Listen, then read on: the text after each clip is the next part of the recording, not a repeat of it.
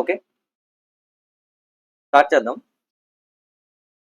నిన్న కొన్ని బేసిక్స్ చూసాం, లాలో సమ్ బేసిక్స్ వి కంప్లీటెడ్. ఈరోజు దాన్ని కంటిన్యూ చేద్దాం. కంటిన్యూ చేసి ఒక చాప్టర్ కూడా స్టార్ట్ చేయడానికి వి విల్ ట్రై, ఒక యాక్ట్ స్టార్ట్ చేయడానికి we will try. Okay, so నిన్న ఏ క్వశ్చన్స్ అయ్యి ఒకసారి చెప్తారా? Which questions we completed yesterday? Law definition అయింది, రూల్స్ అండ్ రెగ్యులేషన్స్, దాని తర్వాత ఫీచర్స్ ఆఫ్ లా, ఇది ఒక సెకండ్ క్వశ్చన్ కంప్లీట్ చేసాం.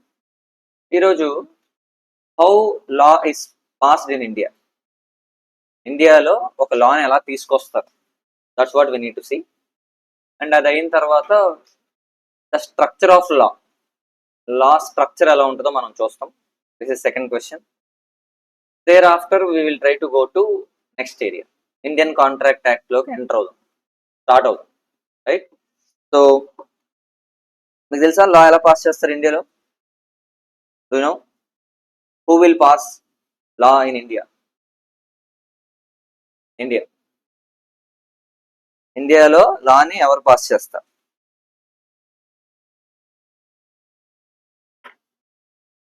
ఏంట్రా ఎక్స్ప్రెషన్లు ఇస్తున్నావు? గవర్నమెంటా? గవర్నమెంట్ అట, పార్లమెంటా? ఓకే, సో నేను ఒక స్టోరీ చెప్తాను చూడండి. ఎంటైర్ ఇండియాలో దెర్ ఆర్ మల్టిపుల్ స్టేట్స్ ఉన్న ఆంధ్ర, తెలంగాణ, మహారాష్ట్ర, ఇలా. So laws can be formed individually for each state, or there are some laws which are applicable entire India. India అంతటికి కలిపి కూడా లా అప్లై అవ్వచ్చు, అంటే కొన్ని యాక్ట్స్. సో ఒక్కొక్క స్టేట్ లో అప్లై యాక్ట్స్ ఉంటాయి, ఎంటైర్ నేషన్ కి అప్లై యాక్ట్స్ కూడా ఉంటాయి. సో మనకి రెండు రకాల లాస్ ఉన్నాయి, స్టేట్ లెవెల్ లాస్, సెంట్రల్ అంటే ఏంటి? సెంట్రల్ గవర్నమెంట్ అంటే ఎంటైర్ ఇండియాకి అప్లై అయ్యే యాక్ట్స్ ఉంటాయి. సో నేను ఇప్పుడు టూ పార్ట్స్ కింద డివైడ్ చేయొచ్చా? One side I will write what సిజీ, state government, central government, ఆ డిఫరెన్సెస్ రాస్తున్నాను. అయితే దీన్ని సిజీ అని రాయను, సెంట్రల్ లాస్ అని రాస్తాను. రాయచిలా సెంట్రల్ లాస్. అదర్ సైడ్ ఏం రాస్తాను? State laws. Okay, central laws, state laws. Sir rules and regulations ఎవరో ఒకరు తీసుకొస్తేనే కదా అందరూ ఫాలో అవుతారు. సార్ ఇది ఇలా ఉండాలి అని చెప్పి సమ్మన్ హ్యాస్ టు రైట్, ముందు రాయాలి కదా దాన్ని. ఓకే, ఆ రాసిన దాన్ని మనం ఏమని పిలుస్తాం అంటే డ్రాఫ్ట్ అని పిలుస్తాం. ఓకే, రాసిన దాన్ని ఏమని పిలుస్తాం? డ్రాఫ్ట్. ఆ డ్రాఫ్ట్ ఎవరు రాస్తారు సార్ అంటే వాళ్ళ పేరు డ్రాఫ్ట్స్ మెన్. వాళ్ళని ఏమని పిలుస్తారట? Draftsmen. So central laws అవ్వచ్చు, స్టేట్ లాస్ అవ్వచ్చు, వాటిని ఎవరు రాస్తారు సార్?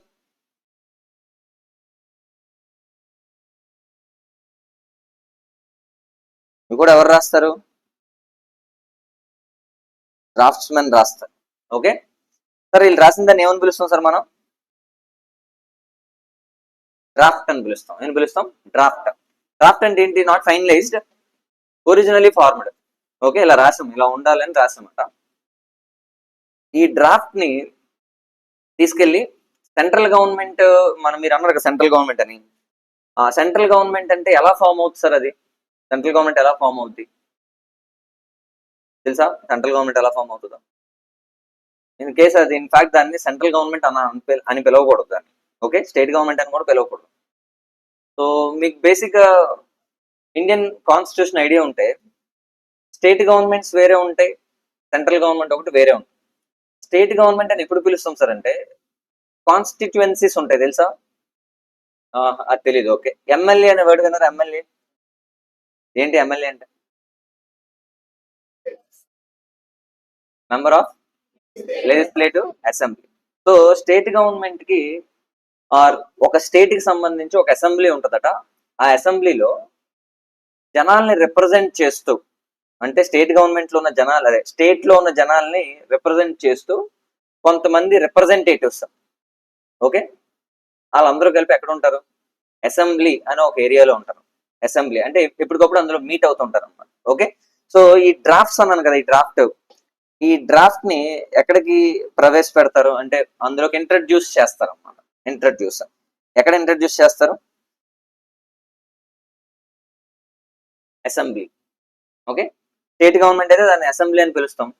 అదే మన స్టేట్ లెవెల్లో అయితే దాన్ని అసెంబ్లీ అని పిలుస్తాం. అదే సెంట్రల్ లెవెల్ అనుకోండి, ఇట్ ఈస్ కాల్డ్ యాజ్ ఏమని పిలుస్తాం? పార్లమెంట్ అని పిలుస్తాం.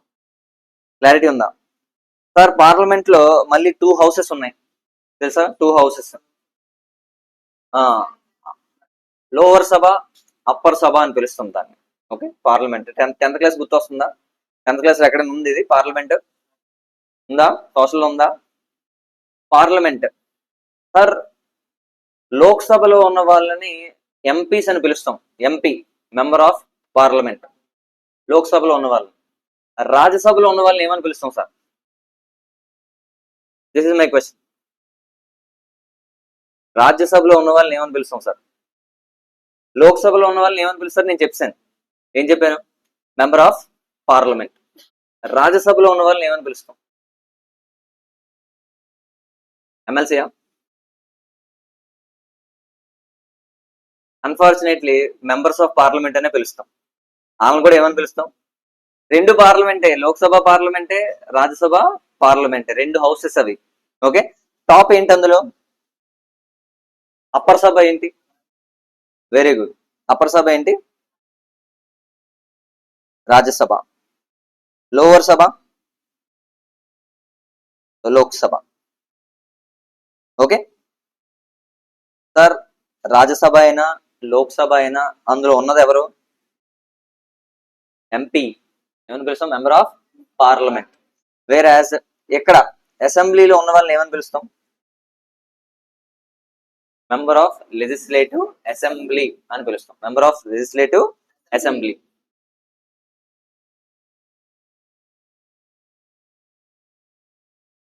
మెంబర్ ఆఫ్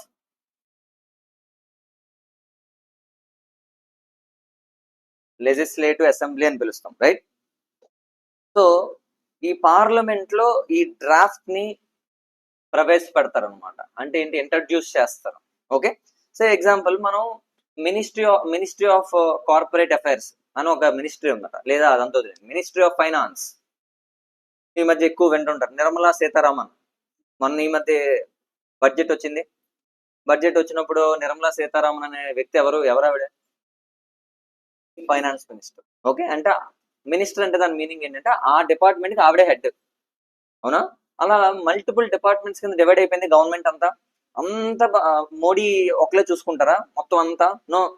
రైల్వేస్ ఒక డిపార్ట్మెంట్, ఎడ్యుకేషన్ ఒక డిపార్ట్మెంట్, హెల్త్ ఒక డిపార్ట్మెంట్, తర్వాత ఈ సెక్యూరిటీ ఒక డిపార్ట్మెంట్, అంటే డిఫెన్స్ అనమాట. ఇలా మల్టిపుల్ డిపార్ట్మెంట్స్. హోమ్ డిపార్ట్మెంట్ ఉంటుంది, హోమ్ మినిస్టర్ అని పిలుస్తారు. తర్వాత మినిస్ట్రీ ఆఫ్ ఫైనాన్స్. అలా మల్టిపుల్ మినిస్ట్రీస్ కింద డివైడ్ అయిపోయింది గవర్నమెంట్. అందులో మనం ఏ లా చేస్తున్నామో అన్నది important. If you are preparing a law which is related to income tax, then it should be given by home? Ministry of finance. Income tax అంటే డబ్బులు సంబంధించినవే కదా, సో ఫైనాన్స్ డిపార్ట్మెంట్ వాళ్ళు క్రియేట్ చేస్తారు. ఓకే, అంటే దాని మీనింగ్ ఏంటి? ఈ డ్రాఫ్ట్స్ మ్యాన్ అన్నాను కదా, ఈ డ్రాఫ్ట్స్ మ్యాన్ అంటే ఎవరో కాదు. ఎవరు రాస్తారు అవి? ఏ డిపార్ట్మెంట్ నుంచి వస్తుంది అది? ఇన్ కేస్ ఇన్కమ్ ట్యాక్స్ అనుకో, ఏ department? Ministry of finance. In case కంపెనీలో అనుకోండి, ఏ department? Ministry of corporate affairs. Education related ఎవరు? Ministry of education. హెల్త్ అయితే మినిస్ట్రీ ఆఫ్ హెల్త్. అలా మనకు లాస్ వస్తాయి. ఓకే, ఇంకా లా అయిపోలేదు. ఎవరో ఒక డిపార్ట్మెంట్ వాళ్ళు తీసుకొచ్చి పెట్టారు దాన్ని. ఇప్పుడు ఈ ఎంపీస్ చాలా మంది ఉంటారు, ఎమ్మెల్యేస్ కూడా చాలా మంది ఉంటారు. సో వీళ్ళందరూ ఒక దగ్గర కూర్చొని ఆ డ్రాఫ్ట్ మీద they discuss and finally they will approve. So ఎవరో ఒకరు అనుకుంటే అయిపోతుంది. అది తీసుకొచ్చి ఎక్కడ పెట్టాలి? పార్లమెంట్ లో పెట్టాలి. ఎవరు ఒప్పుకోవాలి? Member of parliament. బోల్డ్ మంది ఉంటారు కదా మెంబర్స్, వాళ్ళ మధ్య డిస్కషన్ జరిగి they need to give that approval. Clarity ఉందా లేదా? This concept is called as bill. ఎప్పుడైనా విన్నారా? Bill. Okay, so introduction of bill అని పిలుస్తారు దాన్ని. ఏమని పిలుస్తారు? Introduction of bill. ఆ డ్రాఫ్ట్ రాసిన తర్వాత ఎక్కడికి వస్తుందని చెప్పాను నేను. ఆ డ్రాఫ్ట్ రాసిన తర్వాత ఎక్కడికి వస్తుందట? It comes to parliament. The other side it goes to assembly. Other side at వెళ్తుంది? అది అసెంబ్లీకి వెళ్తుంది. ఓకే, సో అసెంబ్లీ లోపలికి ఎంటర్ అవ్వడానికి మనం ఏమని పిలుస్తాం? ఇంట్రడక్షన్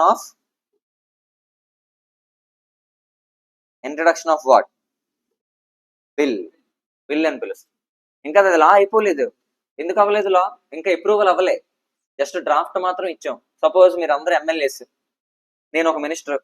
ఇప్పుడు నా దగ్గర నుంచి నేను ఏం చేశాను, మా డిపార్ట్మెంట్ నుంచి డ్రాఫ్ట్స్ మెన్ ఏం రాశారు, ఒక లా రాశారు. ఇప్పుడు మీ అందరికి అది ఇచ్చా. ఓకే, ఇచ్చి నేను ఆ మీటింగ్ లో అంటే ఆ పార్లమెంట్ లో నేను నించొని దాన్ని చదువుతాను. Okay, this is called reading of bill, presenting the bill before remaining parliament members or assembly members. Okay, ఇప్పుడు అందరికీ తెలుస్తుంది. Now you start objecting or you start accepting. నేను చెప్పింది మీరు అగ్రీ అవ్వచ్చు, డిసగ్రీ అవ్వచ్చు, and that is called discussion. అదే కదా డిస్కషన్ అవుద్ది. సో నేను చెప్పింది ఫైనల్లీ ఏమైంది, కొంతమంది అబ్జెక్ట్ చేస్తున్నారు, కొంతమంది నో అంటున్నారు, కొంతమంది ఎస్ అంటున్నారు, ఇలా జరుగుతుందట. ఫైనల్లీ మనందరం కలిపి ఒక కంక్లూజన్కి వెల్కమ్. ఓకే, అది ఇప్పుడు సే ఎగ్జాంపుల్ ఫస్ట్ అది ఎక్కడ ఇంట్రడ్యూస్ చేస్తారు సార్ అంటే లోక్సభ, లోవర్ సభలో ఇంట్రడ్యూస్ చేస్తారు, లోవర్ సభ. సో ఈ లోవర్ సభ నుంచి ఒక 100 మంది ఉన్నారు అనుకోండి, మొత్తం 500+ ఉంటారు. సో వీళ్ళందరూ కలిపి అందులో కొంతమంది ఒప్పుకుంటారు. మొత్తానికి ఏమైంది, ఇప్పుడు సే ఎగ్జాంపుల్ బీజేపీకి ఆ పవర్ ఉంది, డామినేషన్ ఉంది, ఎందుకంటే they have more members of parliament, ఎక్కువ మంది ఉన్నారు. మిగతా అన్ని పార్టీస్ కలిపి తక్కువ మంది ఉన్నారు. సో ఆబ్వియస్ గా ఎవరు డామినేషన్ ఉంటుంది, బీజేపీ డామినేషన్ ఉంటుంది. బీజేపీ వైపు నుంచి ఒక లా వచ్చింది అనుకోండి, ఓకే, ఒక డ్రాఫ్ట్ వచ్చింది అనుకోండి, ఆ డ్రాఫ్ట్ ఈజీగా అప్రూవ్ అయిపోద్ది. ఎందుకు అప్రూవ్ అవుద్ది, వాళ్ళందరూ ఒకటే పార్టీ, మోడీ ఏం చెప్తారు అందరూ అదే వింటారు. సో ఆబ్వియస్ గా ఏమవుద్ది, it will get that approval very easily, and hence it will B transferred to the next level called as Rajya Sabha. So లోక్సభలో అయిపోయిన తర్వాత ఎక్కడికి వెళ్తుంది, అది రాజ్యసభలోకి వెళ్తుంది. ఓకే, అంటే the bill now will be passed from where, Lok Sabha to Rajya Sabha. And Rajya Sabha నుంచి మళ్ళీ అక్కడ నుంచి కూడా మనం పాస్ అవ్వాలి, అందులో కూడా మెంబర్స్ ఉంటారు. సో వాళ్ళు కూడా దాన్ని ఏం చేస్తారు, అప్రూవ్ చేసి నెక్స్ట్ లెవెల్ పంపిస్తారట. నెక్స్ట్ లెవెల్ క్లారిటీ ఉందా? అంటే this is called passing of bill. దీన్ని ఏమని పిలుస్తారట, పాసింగ్ ఆఫ్ బిల్. అంటే సార్ పార్లమెంట్ తర్వాత ఇక్కడ పార్లమెంట్ 2 సభలు ఉన్నాయి. ఫస్ట్ వన్ ఏంటి, లోక్సభ, నెక్స్ట్ వన్ ఏంటి, రాజ్యసభ. సో ఇక్కడ డిస్కషన్ జరిగిన తర్వాత నెక్స్ట్ లెవెల్కి వెళ్తుందట. ఆ నెక్స్ట్ లెవెల్కి వెళ్ళిన దాన్ని at that point of time we call it as passing of bill. Okay, passing of bill from 2 houses to the next level. Okay sir, అది ఎవరి దగ్గరికి వెళ్తుంది సార్ నెక్స్ట్,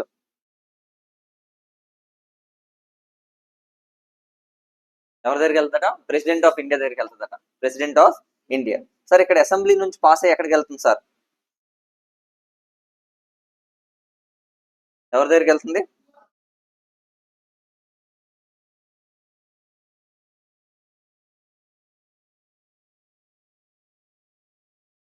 ఫస్ట్ కేసులో ఎవరు, ప్రెసిడెంట్. సెకండ్ కేసులో ఎవరు, స్టేట్ లెవెల్లో ఎవరు, governor.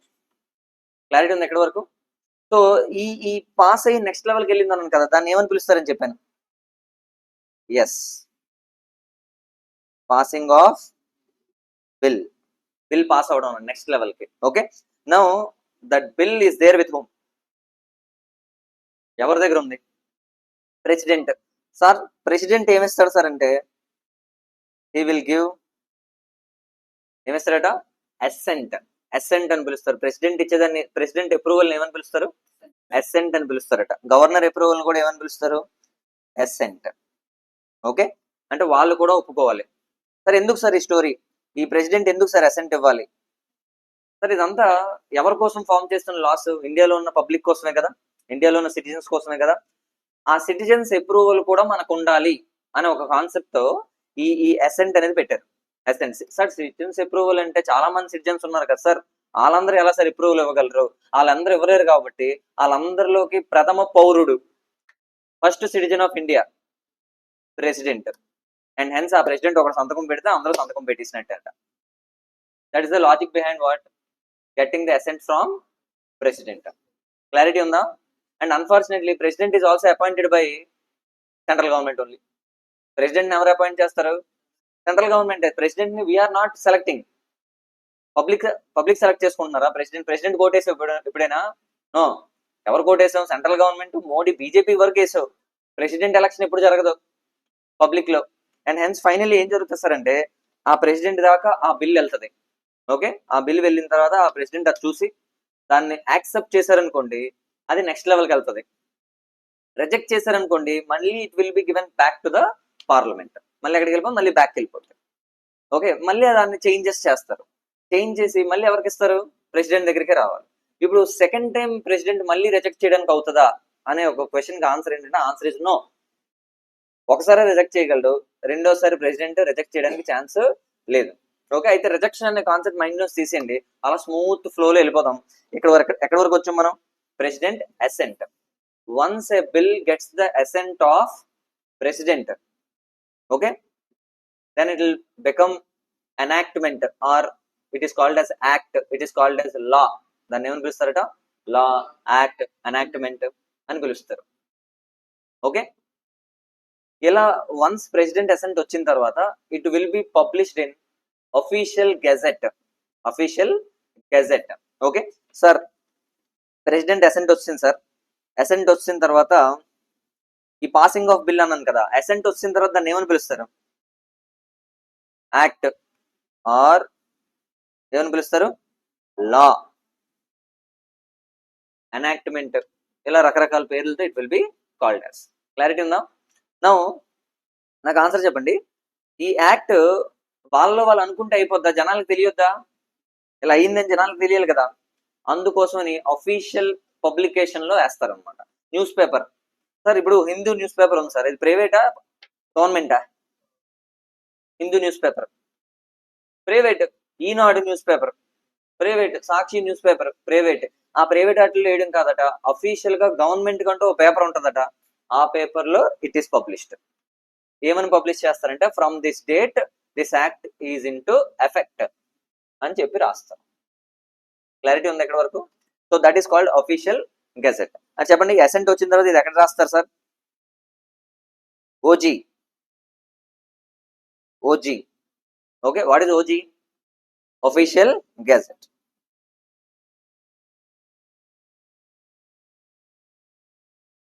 Okay, official gazette. Okay, this is the official publication of government. State government కి అఫీషియల్ గెజెట్ ఉంటుంది, సెంట్రల్ గవర్నమెంట్ కూడా అఫీషియల్ గెజెట్ ఉంటుంది. అందులో we will place. Sir official gazette లో ఏం రాస్తాం సార్? ఏం రాస్తాం? Effective date of law. ఆ లాకి ఎఫెక్టివ్ డేట్ ఎప్పుడు అని we will write. Easy only, సింప్లీనా? So this is how draft will be converted into act. అలా వస్తాయి ఏ యాక్ట్ అయినా. ఇండియన్ కాంట్రాక్ట్ యాక్ట్ 1872 ఆర్ అప్పట్లో అప్పుడున్న గవర్నమెంట్. ఇప్పుడు కంపెనీస్ యాక్ట్ 2013, అది ఇలాగే వచ్చింది. ఓకే, క్లారిటీ ఉంది ఎక్కడి వరకు? సరే, ఇలా ఒక యాక్ట్ వస్తుంది. ఓకేనా? వేరాజ్ ఇప్పుడు నేను కొన్ని అడిషనల్ పాయింట్స్ చెప్తాను చూడండి. నార్మలీ డ్రాఫ్ట్స్మెన్ రాసిన తర్వాత డైరెక్ట్ గా ప్రెసిడెంట్ దగ్గరికి వెళ్ళిపోద్దా? ప్రెసిడెంట్ దగ్గరికి వెళ్ళిపోద్దా? వెళ్దాం. మధ్యలో ఎవరున్నారు? పార్లమెంట్ 2 హౌసెస్ దగ్గరికి వెళ్ళాలి. కొన్నిసార్లు పార్లమెంట్ 2 హౌసెస్ దగ్గరికి వెళ్ళాలంటే ఫస్ట్ పార్లమెంట్ సెషన్స్ అవ్వాలి కదా, వాళ్ళందరూ మీటింగ్ అవ్వాలి కదా. రోజు మీట్ అవ్వరాళ్ళు, రోజు అసెంబ్లీ అవ్వదు. 3 months ఒకసారి, 4 months ఒకసారి దే విల్ మీట్. ఓకే, దాని మీనింగ్ ఏంటి సార్? సమ్మర్ అంతా కలిపి ఒకసారి మీట్ అవుతారు సార్ అనుకుందాం. ఇప్పుడు నా నెక్స్ట్ మీటింగ్ ఎప్పుడు ఉంది అనుకుందాం అంటే పార్లమెంట్ లో మీటింగ్ ఆగస్ట్ లో ఉంది. ఈ రోజు ఇమీడియట్ ఎఫెక్ట్ తో మనకు ఒక లా పాస్ చేయాల్సి వచ్చింది, ఎమర్జెన్సీ, అర్జెంట్ గా లా తీసుకొని రావాలి. కానీ ప్రాసెస్ అంతా ఫాలో అవ్వాలనుకోండి, ఎన్ని మంత్స్ పడుతుంది? 4 months. ఎందుకు? నెక్స్ట్ పార్లమెంట్ సెషన్స్ ఎప్పుడు అవుతాయట? ఆగస్ట్ లో అవుతాయట. మరి అప్పటి వరకు ఏం చేయాలి సార్? అప్పటి వరకు లా ఉండదా? ఒక ఎమర్జెన్సీలో government wants to implement law immediately in India. Okay, but parliament sessions are there after 4 months or 5 months. Then do we need to wait till 5 months or 4 months?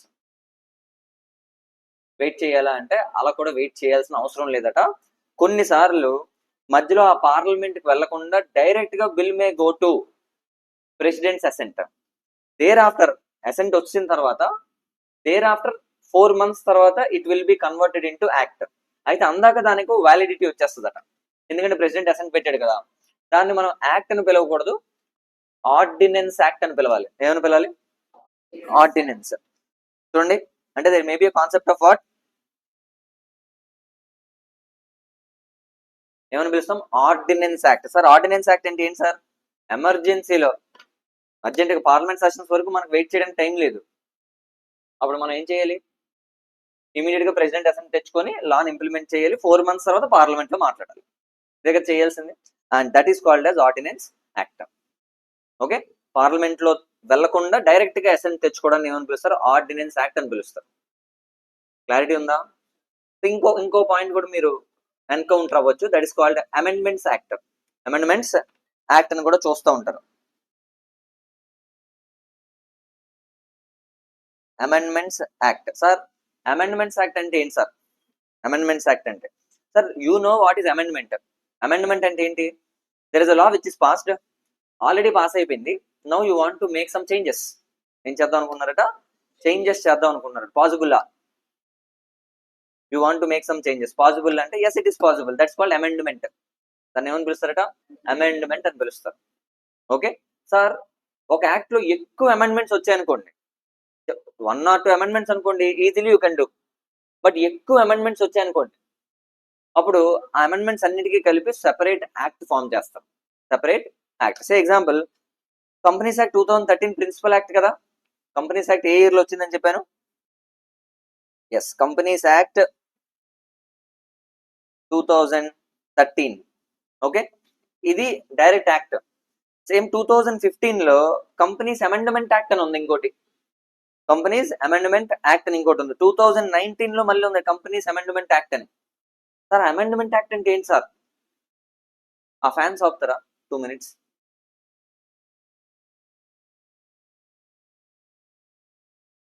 చెప్పండి. అమెండ్మెంట్ యాక్ట్ ఈ పేరేంటి? Companies amendment act 2015. Sir ఏంటి sir amendment act అంటే? Normally చెప్పండి, amendment అంటే ఏంటి? Change. 1 or 2 changes ఉన్నాయనుకోండి, directly you can do in companies act 2013. ఒకవేళ ఎక్కువ అమెండ్మెంట్స్ మనం తీసుకురావాలనుకున్నాం 2015 లో, lot of amendments you want to bring in companies act 2013. అప్పుడు ఏం చేస్తారు? ఆ అమెండ్మెంట్స్ అన్ని ఒక దగ్గర పెట్టి దానికి ఒక యాక్ట్ క్రియేట్ చేస్తారు. ఓకే, దాన్నే కంపెనీస్ అమెండ్మెంట్ యాక్ట్ 2015, 2019 ఇలా పిలుస్తాం. క్లారిటీ ఉందా లేదా? సార్ ఓన్లీ అమెండ్మెంట్ యాక్ట్ కి ఎలాంటి రిలవెన్స్ ఉండదు. It must be read with ఎలా? Read along with what? Principal act. Principal act main. దాంతో పాటుగా ఏం చదువుకోవాలి? అమెండ్మెంట్ యాక్ట్ చదువుకోవాలి. ఓన్లీ అమెండ్మెంట్ యాక్ట్ చదువుకోవడానికి అవ్వదు. ఎందుకు? అది దేనికి సంబంధించింది? అమెండ్మెంట్స్ దేనికి సంబంధించి? ప్రిన్సిపల్ యాక్ట్ కి సంబంధించింది. సార్ ప్రిన్సిపల్ యాక్ట్ ఏముంది సార్ ఇందులో? 2013. So companies act 2013 is principal act. Companies amendment act 2015 is amendments act. So amendments act కి సెపరేట్ ఎగ్జిస్టెన్స్ ఉండదు. It must always be read with what? Principal act only. Principal act only. Clarity ఉందా? Sir ordinance act అంటే ఏంటి? Amendments act అంటే ఏంటి? How law is passed in India? Is everything clear? Okay, if you want to write you can right now. How law is passed in India అని side heading పెట్టాలి. How law is passed in India.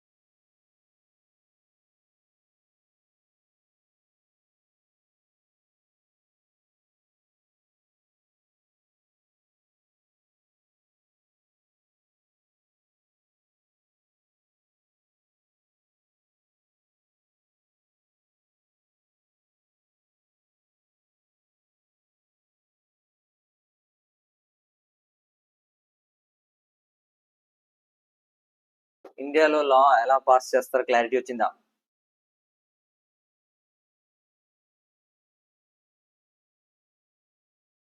Easy only.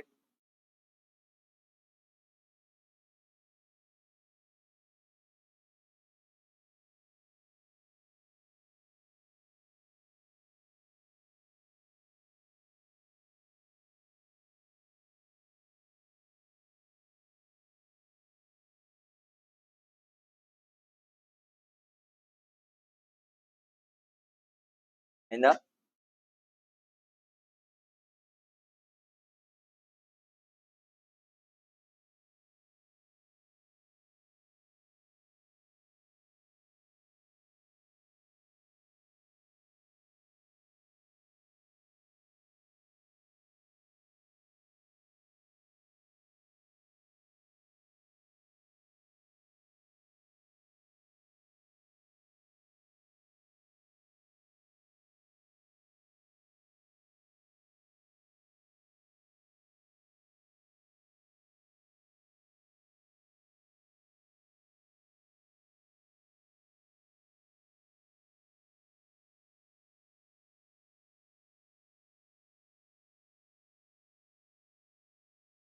OG అంటే ఏంటి?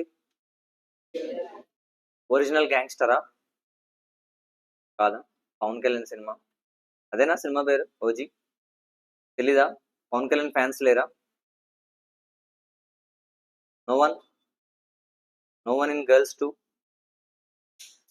ఒకటివేనా?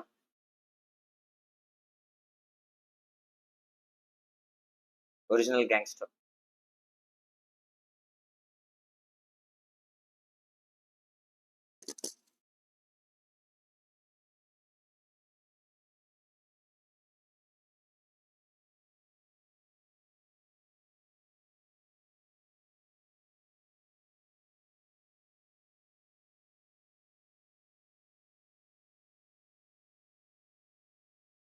అది అయిపోయిన తర్వాత ordinance act అని side పెట్టి it is an act, it is an act, it is an act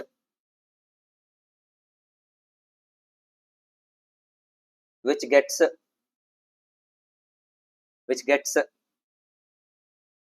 it is an act which gets assent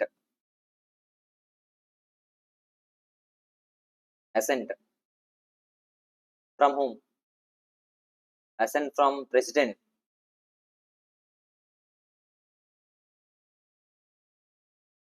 Assent from president. Assent from president before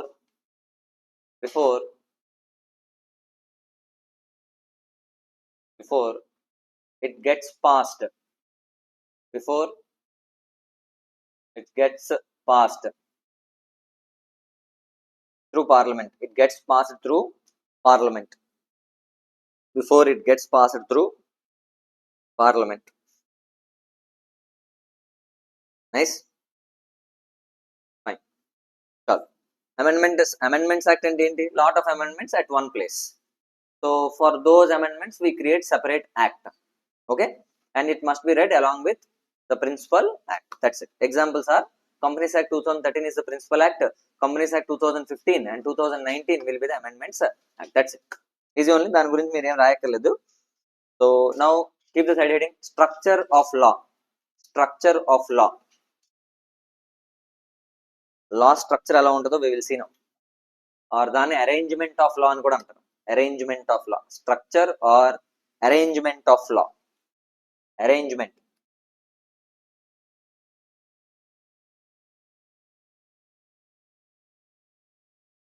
Structure or arrangement of law. అంటే act దాని arrangement ఎలా ఉంటుందో will see now. Okay, so first one ఎలా start అవుతాం మనం? Act, overall act. Okay, ఈ act ఎలా divide అవుతారంటే ఇట్ హ్యాస్ ప్రియాంబుల్. ఏమంటుంది సార్ దానికి? యాక్ట్కి ప్రియాంబుల్. సో ఏం లేదు, యాక్ట్ ఇలా స్టార్ట్ అవగానే ఆ కిందన ప్రియాంబుల్ అని రాసి ఉంటుంది. అందులో మనం ఆ యాక్ట్ ఆబ్జెక్టివ్ ఏంటి, ఎవరి కోసం రాసాం అనేది రాసి ఉంటుంది. ప్రియాంబుల్ ఆఫ్ ఎనీ యాక్ట్ ఏం చెప్తుంది, the objective of the act, దేనికోసం అని. ఓకే, మీకు చూపిస్తాను ఒక డ్రాఫ్ట్, ఒక బేర్ యాక్ట్ చూపిస్తాను. Indian contract act bare act open చేస్తాను, స్టార్టింగ్ ఏమని ఉంటుంది, ప్రియాంబుల్ అని రాసి ఉంటుంది, ఒక 2 లైన్లు ఉంటుంది అంతే. ఓకే, అంటే ఒక ఇద్దరు పర్సన్స్ మధ్య ఒక కాంట్రాక్ట్ కి సంబంధించిన లా అని దాని మీన్. ఓకే, సో ప్రియాంబుల్ అంటే ఏంటంటే ద ఆబ్జెక్టివ్ ఆఫ్ లా, అందులో రాసి ఉంటుంది. ఓకే, ఈ ప్రియాంబుల్ తర్వాత the chapter gets divided into multiple chapters. ఏంటది, the act is divided into what, multiple chapters. Every act will be divided into multiple chapters కింద divide అవుతుందట. సమ్ టైమ్స్ కొన్ని acts లో దాన్ని పార్ట్స్ అని కూడా పిలుస్తారు. అంటే ఒక యాక్ట్ ఎన్ని పార్ట్స్ కింద డివైడ్ అవుతుంది, ఎన్ని చాప్టర్స్ కింద డివైడ్ అయింది అని చెప్పేది అనమాట. సో కొన్ని యాక్ట్స్ కి ఏమని పిలుస్తారు, పార్ట్స్ అని ఉంటుంది. కొన్ని యాక్ట్స్ కి ఏమని ఉంటుంది, చాప్టర్స్ అని ఉంటుంది. మీ బుక్ చూడండి, ఎప్పుడైనా మీ బుక్ ఏదైనా టెక్స్ట్ బుక్ ఓపెన్ చేశారనుకోండి, ఆ text book will be divided into what, multiple chapters. Each chapter will again contain some units, unit 1, unit 2 ఇలా ఉంటాయి, అవునా కదా. సిఏ ఫౌండేషన్ ఎకనామిక్స్ ఓపెన్ చేశారనుకోండి, you have 10 chapters and individual గా మళ్ళీ each and every chapter sub divided into multiple units. అలా ఎలా divide అయ్యి ఉంది, అలానే ఒక యాక్ట్ కూడా మల్టిపుల్ చాప్టర్స్ కింద డివైడ్ అవుతాట. ఇప్పుడు కంపెనీస్ యాక్ట్ ఉందనుకోండి, 29 చాప్టర్స్ కింద డివైడ్ అయింది. 29 చాప్టర్స్. సార్ 29 చాప్టర్స్ మనకు సిలబస్ లో ఉంటుందా, లేవు, అన్ని ఉండవు, మన సిలబస్ లో అన్ని ఉండవు, కొన్నిసార్లు ఉండొచ్చు.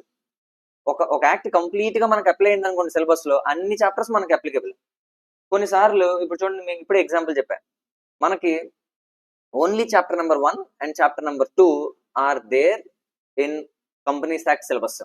నేను మీకు చెప్పాను కంపెనీస్ యాక్ట్ అని, అందులో మొత్తం అన్ని చాప్టర్ లేవు, 29 చాప్టర్స్ లేవు, ఓన్లీ 2 చాప్టర్స్. అందులో కూడా సెకండ్ చాప్టర్ సగమే, పూర్తిగా లేదు. ఓకే, వేరే ఇండియన్ కాంట్రాక్ట్ యాక్ట్ ఉందనుకోండి, ఎవ్రీథింగ్ ఉంది, everything is there in the syllabus. Sale of goods act, everything is there in the syllabus. LLP, everything is there in the syllabus. అది story. Okay, so chapters కింద divide అవుతాడు. ప్రతి act ఎలా divide అవుతాయి, chapters. Example ఏం చెప్పాను, companies act 2013 is having how many chapters, 29 chapters ఉన్నాయి. Okay, so ఈ chapters again it will be sub divided into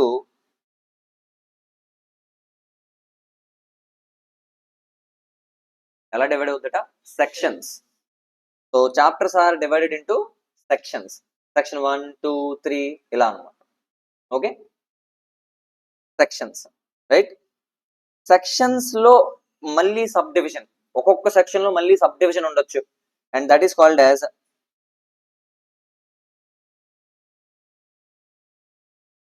sub sections. Sections ఎలా డివైడ్ అవుతాయట, సబ్ సెక్షన్స్ కింద డివైడ్ అవుతాయట. Sections gets divided into what, sub section. Sir మ్యాండేటరీయా, mandatory ఏం కాదు, section may be divided into what, sub sections. If there is more content దాన్ని ఏం చేయాలి, అందులో మీరు చూడండి ఒక ఆన్సర్ రాస్తారు, పాయింట్స్ కింద డివైడ్ చేస్తారు, అలానే ఇది కూడా. సో ఒక section it can be divided into multiple sub sections. Okay sir, sub sections may be divided into clause. ఎందులో డివైడ్ అవుతాట, క్లాజ్.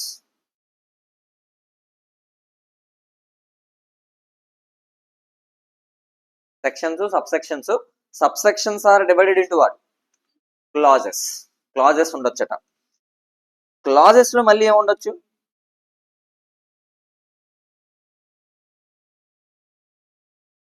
సబ్ క్లాజెస్ ఉండొచ్చట. Clauses may be divided into sub clauses. Okay, sub clauses. ఎప్పుడైనా మనం ఒక point చెప్తున్నాం, okay sir, example మీరు ఈ September లో పాస్ అవుతారు సిఏ ఫౌండేషన్, ఇది నేను చెప్పాలనుకున్న స్టేట్మెంట్. ఓకే, కానీ మీరు రోజు వస్తేనే పాస్ అవుతారు, ఇది నేను చెప్పాలనుకున్న ఎడిషనల్ గా. ఓకే, అలాంటప్పుడు నేను ఎడిషనల్ పాయింట్ రాయాల్సి వస్తుంది. సో ఒక సెక్షన్ లో నేను మీరు పాస్ అవుతారని రాశాను అనుకోండి, provided you come to the college regularly, అదే కదా దాని మీనింగ్. అంటే మీరు ఇలా చేస్తే అది అవుతుంది అని చెప్పడానికి అనమాట. సో కొన్నిసార్లు ఎక్సెప్షనల్ కేసెస్ ఇలాంటివన్నీ ఎక్కడ రాస్తాం, ప్రొవిజో అని పిలుస్తాం. దాన్ని ఏమని పిలుస్తాం, ప్రొవిజో. సబ్ క్లాజెస్ దాని కింద ఏం రాయాలి, ప్రొవిజో. ఓకే, ఏముంటాయట, ప్రొవిజోస్ ఉంటాయట, ప్రొవిజోస్. ఓకే సార్, ప్రొవిజోస్ ఒక ప్రొవిజోనే ఉండాలని రూల్ లేదు. ప్రొవిజన్ నెంబర్ 1, అదే provision number 2, second proviso, third proviso అని పిలుస్తారు. ఓకే, సో ఆ ప్రొవిజోస్ ఎప్పుడు కూడా ఒక సెంటెన్స్ లో ఎలా స్టార్ట్ అవుతారంటే ప్రొవైడెడ్ దట్ అనే వర్డ్ తో స్టార్ట్ అవుతుంది. ప్రొవైడెడ్ దట్ అంటే ప్రొవిజోస్ ఎప్పుడు ఎలా స్టార్ట్ అవుతాయట అంటే ఒక సెంటెన్స్ మనం చూసాం లాలో, దాని స్టార్టింగ్ ప్రొవైడెడ్ దట్ అని ఉంది, తర్వాత చాలా పెద్ద సెంటెన్స్ ఉంది. దీన్ని ఏమని పిలుస్తారు? First proviso. దీన్ని ఏమని పిలుస్తారు? First proviso.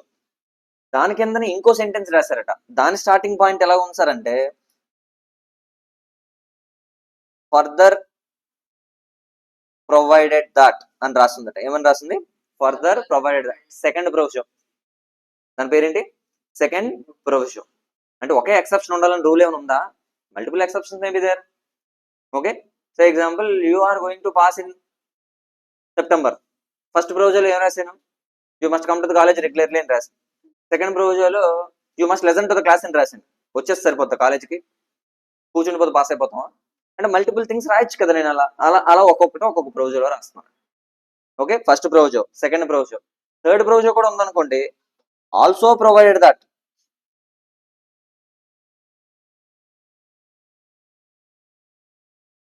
Also provided that అని వస్తుందట. అండ్ దేర్ ఆఫ్టర్ ఎన్ని వచ్చినా ఆల్సో ప్రొవైడెడ్ దట్ అనే ఉంటుంది. అంతేగాని also also provided that, also cube provided that అనే వర్డ్స్ మనం వాడకూడదు. సో థర్డ్ ప్రొవిజో ఎలా స్టార్ట్ అవుతుందట? Also provided that. Fourth proviso also provide. ఎన్ని ప్రొవిజోస్ ఉంటే అన్ని provisos also provide that will come. Right, is only provisos. Clarity వచ్చిందా? ప్రొవిజోస్. ఓకే సార్, గవర్నమెంట్కి ఏమనిపించిందంటే ఆ సెక్షన్ మీద ఇంకొంచెం క్లారిటీ, ఇంకొంచెం ఎక్స్ప్లెయిన్ చేయాలనిపించిందట. అంటే కొంచెం వేగ్ గా ఉంది ఆ సెక్షన్, జనాలకు క్లారిటీ రావట్లేదు. ఓకే, ఆ క్లారిటీ ఇవ్వడం కోసం ఆ సెక్షన్ లో something they want to add for more better understanding. Okay, so అలాంటప్పుడు ఆ సెక్షన్ కి గవర్నమెంట్ విల్ యాడ్ ఎక్స్ప్లెనేషన్. ఏం యాడ్ చేస్తారు? ఎక్స్ప్లెనేషన్. అంటే సెక్షన్ లో ఎక్స్ప్లెనేషన్ కూడా ఉండొచ్చు. సెక్షన్ లో ఏముండొచ్చట? It may include explanation also. So ఒక యాక్ట్ చూసారు ఎలా డివైడ్ అవుతుందో? Act divided into first one starting it contains what? Preamble. So after the preamble what is that? Chapter. కొన్నిసార్లు దాన్ని ఏమని పిలుస్తారు? Parts. Divided into sections, divided into sub sections, divided into clauses, sub clauses, provisos. Okay, provisos లో మళ్ళీ first proviso provide that, second proviso further provide that, third proviso also provide that, and any additional explanation if law wants to give it to you, then explanations may also be added where? Act లో. అంటే ఆ section కి ఏం add చేయొచ్చు? Explanations కూడా add చేయొచ్చట. Is only okay, all these things put together it is called as provisions of law. Provisions అంటాం కదా, ప్రొవిజన్స్ ఆఫ్ లా అంటే ఇదేదో ఒక సింగిల్ థింగ్ కాదు. Provisions అంటే anything here is called as what? Anything which is there in section, subsection, clause, subclause, explanation, proviso, all these things put together it is called as what? Provisions of law. Okay, and you need to understand one thing, proviso is different from provision. Okay, రెండు వేరు వేరు. Provisions వేరు, proviso వేరు. Proviso అంటే ఏంటి? ఇగో ఇది, this is proviso. What is provision? All the things put together it is called as provisions. సరే, ఇప్పుడు నేను సరే మీకు బాగా అర్థం కావడం కోసం చిన్న సెంటెన్స్ రాస్తాను. Okay, all provisos are called as provisions, but all provisions are not provisos. ఇది రైట్ ఆర్ రాంగ్ నాకు చెప్పండి ఫస్ట్.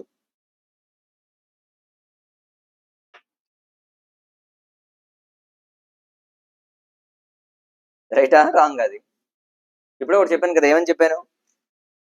ప్రతి ప్రొవిజోని మనం ఏమని పిలుస్తాం? ప్రొవిజనే. ఓకే, ప్రతి ప్రొవిజనే. ఎందుకంటే ప్రొవిజన్ అనేది వైడ్ అంటారు. Provision includes what?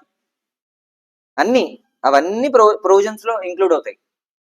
Okay sir, ఈ స్టేట్మెంట్ వ్యాలిడా? ఈ స్టేట్మెంట్ కరెక్ట్ గా ఆలోచిస్తే అది వ్యాలిడా? వ్యాలిడేనా? నాకు ఎందుకో డౌట్ వస్తుంది వ్యాలిడ్ కాదు. మీకేం రాలేదా? ప్రతి ప్రొవిజన్ దాని మీనింగ్ ఏంటి? ప్రొవిజన్స్ అనే డెఫినేషన్ లో కవర్ అవుతాయి, అంతే కదా. Every provision will come under the definition of what? Provisions. ఎందుకంటే ప్రొవిజన్ అనేది వైడ్ టర్మ్, అందుకని all provisions are called as provisions అని రాశాను. But all provisions are not provisions. అంటే ఈ సెకండ్ కేసులో ఆల్ ప్రొవిజన్స్ అంటే ఏవేవి రావచ్చు సార్? సెక్షన్, సబ్ సెక్షన్ అన్ని రావచ్చు. సో అన్నిటిని మనం ప్రొవిజన్ అని పిలుస్తామా? దేనికి దానికి వేరే పేరు ఉంది కదా. అంటే ఈ సెంటెన్స్ రైటా రాంగా? This is 100% right. ఇది రైటే. ఆల్ ప్రొవిజన్స్ అంటే దాని మీనింగ్ ఏంటి సార్? సెక్షన్, సబ్ సెక్షన్ అన్ని, క్లాజ్, సబ్ క్లాజ్ అన్ని. సో అన్నిటిని ప్రొవిజన్ అని పిలుస్తామా? పిలవం. అందుకని ఆ స్టేట్మెంట్ రైట్. క్లారిటీ ఉంది? So this is all the structure or arrangement of law. If you want to write, you can right.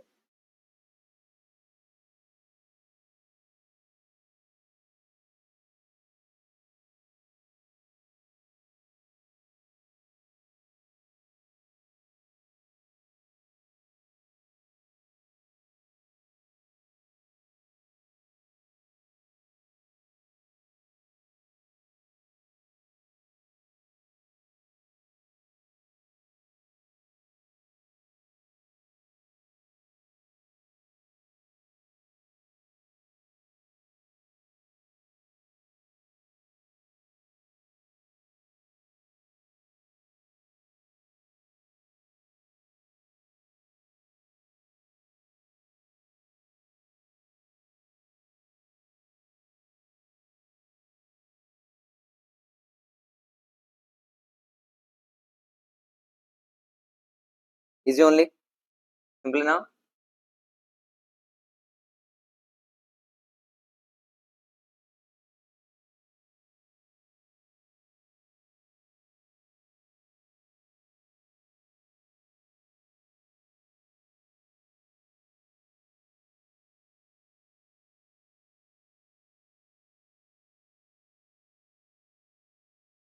Please write. Section, sub section, clauses, sub clauses. మీ మొహాలు ఏంటి ఎలగట్లా? మీ మొహాలు ఏదో టెన్షన్ టెన్షన్ గా కనిపిస్తున్నాయి, activeness లేదు.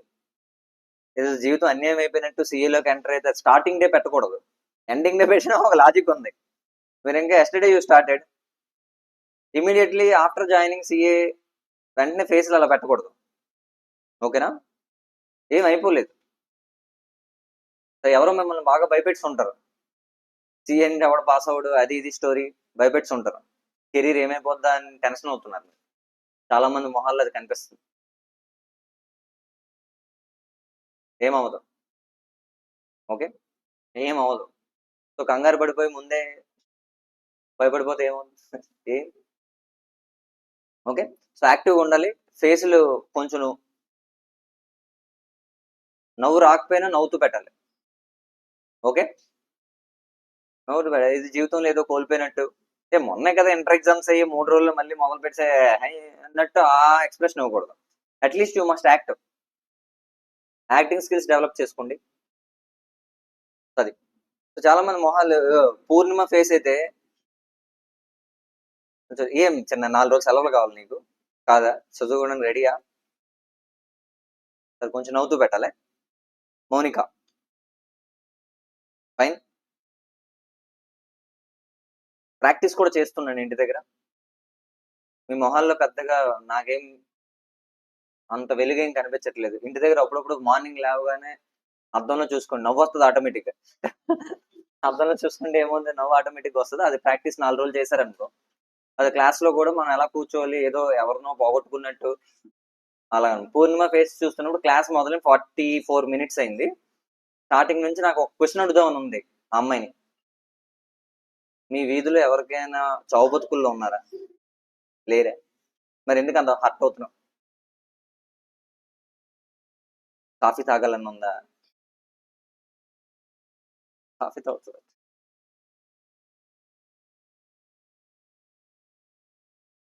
Right. So activeness is important.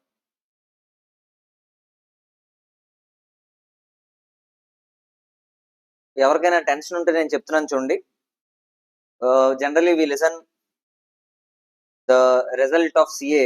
It usually comes around 10-20% ఈ range లో ఉంటది. అంటే ప్రతి 100 పీపుల్ కి ఎంతమంది పాస్ అవుతారు? 10 ఆర్ 20 ఎంతమంది పాస్ అవుతారని మనకు తెలుసు. Okay sir, is it real percentage? అది నేను నిజమైన పర్సంటేజా అంటే ఆన్సర్ ఈస్ నో. ఓకే, ఎందుకు నో నేను చెప్తున్నాను చూడండి. 100 people will make application exam రాస్తామని 100 మంది పెడతారు. ఓకే, సో అందుకే 100 మందికి కౌంట్ చేస్తాం మనం. బట్ రియల్ గా ఎగ్జామ్ రాసింది ఎంతమంది సార్ అంటే, రియల్ గా ఎగ్జామ్ కి అటెండ్ అయింది ఎంతమంది ఉంటారు సార్ అంటే ఓన్లీ 80. ఓకే, నేను సార్ 100 మంది అప్లికేషన్ పెడితే మేబీ 10 మందే పాస్ అయ్యారు అనుకోండి. What is the percentage? 10%. అంతేనా? ఇది 10%. కానీ ఎగ్జామ్ రాసింది ఎంతమంది సార్? 80. అయితే ఈ ఎగ్జామ్ కి ఊరికే సరదాగా వెళ్ళిన వాళ్ళు ఉంటారు, కుర్రోళ్ళు సరదాగా వెళ్తారు, వాళ్ళు సీరియస్ చదవరు, ప్రిపేర్ అవ్వరు, ఊరికే అటెంప్ట్ ఇస్తాం కదా అని వెళ్ళిన వాళ్ళు ఉంటారు. అలాంటి వాళ్ళు మినిమం టు మినిమం 30 మెంబర్స్ ఉంటారు ఆ 80లో చదవకుండా ఎగ్జామ్ ఫీజు కట్టాం కదా అని ఎన్ని ఎంతమంది ఉంటారు? 30 ఉంటారు. అప్పుడు ఇంకా పెండింగ్ ఎంత? 50. ఓకేనా? 50. సార్ ఈ 50లో కొంతమంది బై డిఫాల్ట్ చదివేద్దామని ఇంట్రెస్ట్ వాళ్ళకి ఉంటది. ఓకే, చదివేద్దాం సీరియస్ గా కూర్చుని పోదాం అన్న ఉంటారు. వాళ్ళు ప్లాన్ చేసుకోరు, ఏం చేయరు, మైండ్ అంతా ఏముంటది? చదివేయాలని ఉంటది. కానీ ఒక ప్లాన్ ప్రకారం దే ఓంట్ స్టడీ. రోజు కూర్చుంటారు, రోజు చదువుతారు, గంటలు పుస్తకం ముందు ఉంటారు, కానీ ఎంతవరకు చదివాడికి తెలియదు, ఇంకా ఎంత బ్యాలెన్స్ ఉందో అడిగి తెలియదు.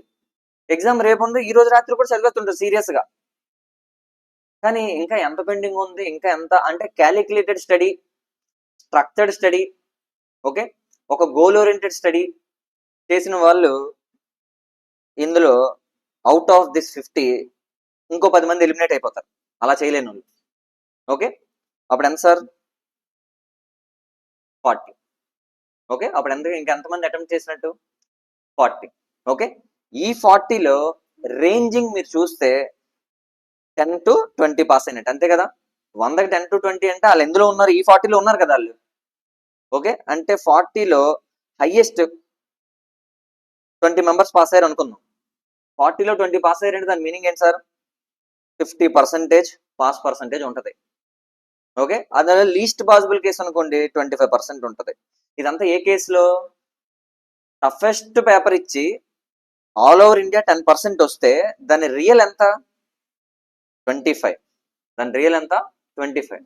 ఆల్ ఓవర్ ఇండియా లూజ్కి ఇచ్చాడు అనుకోండి, అంటే ఆల్ ఓవర్ ఇండియా 30 ఇచ్చారు అనుకోండి, 100కి 30 మంది పాస్ అయ్యారు అనుకోండి, అంటే 40కి ఎంతమంది పాస్ అవుతున్నట్టు? 30 పాస్ అవుతున్నట్టు. అప్పుడు ఎంత సార్? 75% పాస్ పర్సంటేజ్ ఉన్నట్టు. So you must compare with those people who are covered in 40. You shall not compare yourself with those people who are in 60. 100లో 16 ఎలిమినేట్ చేసాం కదా, నువ్వు వాళ్ళతో కంపేర్ చేసుకున్నావు బిస్కెట్ అయిపోతావు, టెన్షన్తో అల్లాడిపోతావు, ఏమైపోద్ది జీవితం అని. ఓకే, నువ్వు ఎవరితో కంపేర్ చేసుకోవాలి? పాస్ అయిన వాళ్ళు ఉన్నారు చూసారా, ఇంకో 40 మంది ఉంటారు, వాళ్ళతో కంపేర్ చేసుకొని వాళ్ళలో ఒక 20 మందిగా నువ్వు కన్వర్ట్ అవ్వాలి. You believe me or not, ఈ 40 ఈ అటెంప్ట్ లో కాకపోతే నెక్స్ట్ అటెంప్ట్ లో పాస్ అయిపోతారు. దట్ 60 ఎన్ని అటెంప్ట్లు తీసుకుని పాస్ అవ్వరు. క్లారిటీ ఉందా? 40 చెప్పాను కదా, లాస్ట్ 40 మిగిలేరు. 40లో 20 this attempt they passed, and remaining 20 definitely after 4 months they will pass. After 4 months they will definitely pass. There is no doubt at all. Only thing you need to have that patience ఉండి ఇంకోసారి మొత్తం ఇంతకు ముందు ఎలా చదివామో అలాగే చదివే ఓపిక నీకు ఉండాలి. Okay, so I have seen people like 40, ఈ 40లో ఉన్నారు చూసారా, అలాంటి వాళ్ళని ఎన్ నెంబర్ ఆఫ్ పీపుల్ని చూసాను. Every one they qualified. Okay, నిన్న ఒకడు వచ్చాడు, వాడు 2020 స్టూడెంట్. ఓకే, 2020లో ఇక్కడ స్టూడెంట్, ఆడు అప్పటికో 3 అటెంప్ట్లు రాశాడు, సిఏ ఇంటర్ ఫెయిల్ అయిపోయాడు. సో 2020లో ఇక్కడ జాయిన్ అయ్యి ఏవో 2 సబ్జెక్టులకు వచ్చాడు. అప్పుడు స్టార్ట్ అయింది. CA inter first group pass అయ్యాడు, 6 నెలల తర్వాత సెకండ్ గ్రూప్ పాస్ అయ్యాడు, తర్వాత సిఎంఏ ఇంటర్ రాశాడు, అది పాస్ అయ్యాడు, ఆ తర్వాత సిఎస్ రాశాడు, అది కూడా పాస్ అయ్యాడు. మొన్న సిఎంఏ ఫైనల్ పాస్ అయిపోయాడు, సిఎస్ ఫైనల్ పాస్ అయిపోయాడు. Now is writing CA final. ఈ అటెంప్ట్ అయిపోయింది అనుకోండి, ఇప్పుడు మేలో రాస్తున్నాడు, అది రాసేస్తే వాడు CA, CMA, CS, definitely they will pass. వాడు ఇంకో స్టూడెంట్ని పట్టుకొచ్చాడు జాయిన్ చేయడానికి. నిన్న వాళ్ళ ఫ్రెండ్ వాళ్ళ చెల్లి డిగ్రీ అయిపోయి సిఏలోకి వస్తున్నాము. సో ఫెయిల్ అవ్వడం అనేది యూజువల్లీ జరగదు when you try to cover your self in those 40 people. అది. సో ఇది మైండ్లో ఉందనుకోండి, స్ట్రెస్ సగం తగ్గుతుంది. లేదనుకో మీ జీవితాంతం డే 1 నుంచి ఎలా కూర్చుంటారు, ఏమైపోతుంది, ఏమైపోతుంది, ఏం అవ్వదు. ఓకే, ఏం అవ్వదు. ఇగో 78% నాకు 10th క్లాస్ 78. Okay, intro 92. మన క్లాస్లో నాకన్నా గొప్ప చదివిన బోల్డ్ మంది ఉన్నారు. ఓకే, నేను నా సిఏ ఫైనల్ పర్సంటేజ్ మీ జూనియర్ ఇంటర్ పర్సంటేజ్ కంపేర్ చేయట్లేదు. నేనేం కంపేర్ చేస్తున్నాను, నా ఇంటర్ మీ ఇంటరే కంపేర్ చేస్తున్నాను. Okay, so obviously there are many high possibilities that you can improve your self after 10th to inter తర్వాత ఫర్దర్ ఇంప్రూవ్మెంట్, ఇలా every time you will get. Okay, so మొన్న అటెంప్ట్లో ఇంటర్మీడియట్ స్టేట్ ర్యాంకర్ ఒక అమ్మాయి ఉంది. Okay, ఒక 1 or 2 people నాకు తెలిసిన వాళ్ళు ఉన్నారు స్టేట్ ర్యాంకర్స్. సిఏ ఫౌండేషన్ ఇంటర్లో తక్కువ మార్కులు వచ్చిన వాళ్ళకి సిఏ ఫౌండేషన్ టాప్ మార్క్ వచ్చింది. Okay, what is the difference? ఎందుకు అలా జరిగింది? రీజన్ ఏంటి సార్ అంటే, there is high possibility that any one can improve themselves in a period of 1 year. 1 year time ఇస్తే అందరూ వాళ్ళలో వాళ్ళు మార్పులు తెచ్చుకోవచ్చు. Obviously it is possible. Okay, so గతం నాకు అంత సీన్ లేదు, ఫ్యూచర్లో నేను ఇది చేయగలనా? సో గతంతో అసలు ఫస్ట్ సంబంధం లేదు. You may be a brilliant student or you may be a biscuit student, it doesn't matter at all. So obviously it is possible for you to clear any level of this CA. Okay, so దయచేసి కీర్తన మూల్య ఏదో ఎక్కడో మునిగిపోయింది, ఏదో ఆలోచించుకుంటుంది. Okay, so activeness must be there. So if you want to have that activeness in the class room, definitely at home you need to sleep for 6 to 7 hours. ఒక 7 గంటలు ఇంటి దగ్గర పడుకోవాలి. ఓకే, సో 8 hours పడుకుని తప్పలేదు. You sleep at home 7 to 8 hours. Then next day full activeness will be there in the class room. Okay, మీరు అదే లేదన్ను sir 12 గంటలు పడుకుంటే తప్పు, 12 hours పడుకున్నారంటే అలవాటు అయిపోయి ఇక్కడ కూడా పడుకుంటారు. హ్యాబిట్యూట్ అయిపోయి ఏమవుతుంది, మీరు కూర్చుంటే నిద్ర వచ్చేస్తుంది, పడుకుంటే నిద్ర వచ్చేస్తుంటారు, పర్లేదు. బైక్ డ్రైవ్ చేస్తే పడుకుంటే పోతే ప్రాబ్లం. ఓకే, సో మీరు ఏం చేయాలి, ఎంత సఫిషియంటో అంత పడుకోవాలి ఫస్ట్. మీరు ముందు రోజు చేశారనుకో, నెక్స్ట్ రోజు యాక్టివ్నెస్ ఆటోమేటిక్గా వస్తుంది. ఓకేనా, అలా చేయలేదు అనుకో, ఇక ఇలాగ క్లాస్లో తెల్లగా కనిపిస్తుంటుంది, మొత్తం అంతా మబ్బులా ఉంటుంది, క్లౌడీగా ఉంటుంది అన్నమాట మొత్తం అంతా. Right, so activeness must be 100% there in the class room. For that reason you need to sleep at home properly. Avoid usage of mobile phone to the maximum possible extent. Automatically you will sleep. Okay, that's it. These are the చెప్పిన butterfly effect ఉంటుంది. ఒకటి దాంతో ఒకటి link first నువ్వు ఒకటి start చేసావు అనుకో, automatic ఇంకోటి సెట్ అవుద్ది. అవన్నీ సెట్ చేసావు అనుకో, లాస్ట్కి సిఏ అనేది సెట్ అవుద్ది నీకు. ఓకే, లేకపోతే సెట్ అవుతుంది. Okay, slowly you need to change your regular activities. ఆ టైం టేబుల్ ఉంటుంది కదా, అది మార్చుకుంటూ రావాలి. Okay, so the next point sir ఎక్కడి వరకు వచ్చాం?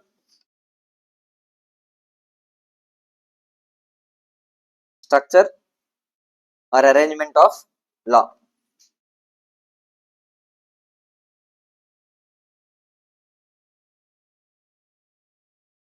ఎప్పుడైనా లాలో అమెండ్మెంట్స్ తీసుకురావడానికి 2 possible కేసెస్ ఉన్నాయన్నమాట. 1, it is given by way of notifications. It is given by way of what? Notification. దాన్ని నోటిఫికేషన్ అని పిలుస్తారు. సెకండ్ ఆల్టర్నేటివ్ లో it may be given by way of circular. ఏమని పిలుస్తాం? సర్క్యులర్ అని పిలుస్తాం అనమాట. Sir notifications are given by government. Notification ఎవరు ఇస్తారట? Government sir. డైరెక్ట్ గా సెంట్రల్ గవర్నమెంట్ డిపార్ట్మెంట్ నుంచి వస్తుందట నోటిఫికేషన్. ఫర్ ఎగ్జాంపుల్ గవర్నమెంట్ అంటే government is sub divided into multiple ministries. ఏ మినిస్ట్రీ అయితే ఆ మినిస్ట్రీ ఇస్తుంది. తెలియదు ఇక్కడ ఎక్కడ గవర్నమెంట్. చెప్పండి గవర్నమెంట్ ఏంటి? గవర్నమెంట్ అంటే ఎవరు? Central government department. Sir department అంటే సే ఎగ్జాంపుల్ మనం ఏ డిపార్ట్మెంట్? ఇన్కమ్ ట్యాక్స్ తీసుకున్నాం. ఏ డిపార్ట్మెంట్? Ministry of finance. ఆ డిపార్ట్మెంట్ నుంచి what will be released? Notification will be released. ఆ నోటిఫికేషన్ లో బాబు ఇవి మార్పులు అని చెప్పొచ్చు. Some times the circular May be given. Circular ఎవరిస్తారు సార్ అంటే ఆ మినిస్ట్రీ ఆఫ్ ఫైనాన్స్ లో ఒక బోర్డు ఉంటది. బోర్డ్ అంటే ఏం లేదు సార్, మినిస్ట్రీ ఆఫ్ ఫైనాన్స్ లో చాలా ఉన్నాయి. అందులో ఒకటి డైరెక్ట్ ట్యాక్స్, ఇంకొకటి indirect tax. Sir direct tax అంటే ఎవరు sir? Income tax example. Indirect tax అంటే ఎగ్జాంపుల్ ఎవరు సార్? GST example. ఇదేమో ఇన్కమ్ ట్యాక్స్, ఇదేమో జిఎస్టీ. ఇలా మల్టిపుల్ ట్యాక్స్లు ఉన్నాయట. సార్ జిఎస్టీ అనే ట్యాక్స్ ఏ డిపార్ట్మెంట్ లోకి వస్తుంది సార్? సెంట్రల్ గవర్నమెంట్ లో, minister of finance. Sir income tax కూడా ఎందులోకి వస్తుంది సార్? అది కూడా మినిస్ట్రీ ఆఫ్ ఫైనాన్స్ లోకి వస్తుంది. అవునా? మరి దీనికి దానికి ఒకలే అథారిటీ అన్నప్పుడు, కానీ దాన్ని ఆపరేట్ చేయడానికి మల్టిపుల్ బోర్డ్స్ ఉండొచ్చు. మళ్ళీ అంటే ఇన్కమ్ ట్యాక్స్ అంతా కలిపి ఒక బోర్డు మేనేజ్ చేస్తారనమాట. ఆ బోర్డు పేరు CBDT, central board for direct taxes. Okay, central board of direct taxes అని ఉంటుందన్నమాట. అది ఒక board which is operated under which ministry? Ministry of finance. Similarly, GST will be operated CBIC, Central Board for Indirect Taxes and Customs, CBIC. Okay, ఇలా ఇదొక board అనమాట. ఆ board release చేస్తే దాన్ని ఏమని పిలుస్తారు? సర్క్యులర్ అని పిలుస్తారు అన్నమాట. Okay, board under respective department or respective ministry అని రాయచ్చా? Respective ministry. సార్ ఆ మినిస్ట్రీలో ఎగ్జాంపుల్ ఏం చెప్పాను sir? Either it may be CBDT, it may be what? CBDT or it may be CBIC. Sir CBDT full form ఏంటి sir? Central board for direct taxes. ఇది central board for indirect taxes and customs. Okay, వీళ్ళు release చేస్తారు. అలా release చేస్తే దాన్ని ఏమని పిలుస్తాం? We call it as circular. అంటే through notifications and circulars also law can be amended. అంటే additional explanation can be given. Okay, ఇందాక నేను చెప్పాను కదా, సెక్షన్ సబ్ సెక్షన్ బోర్డు చెప్పాను. దానికి అడిషనల్ గా ఏముంటాయి?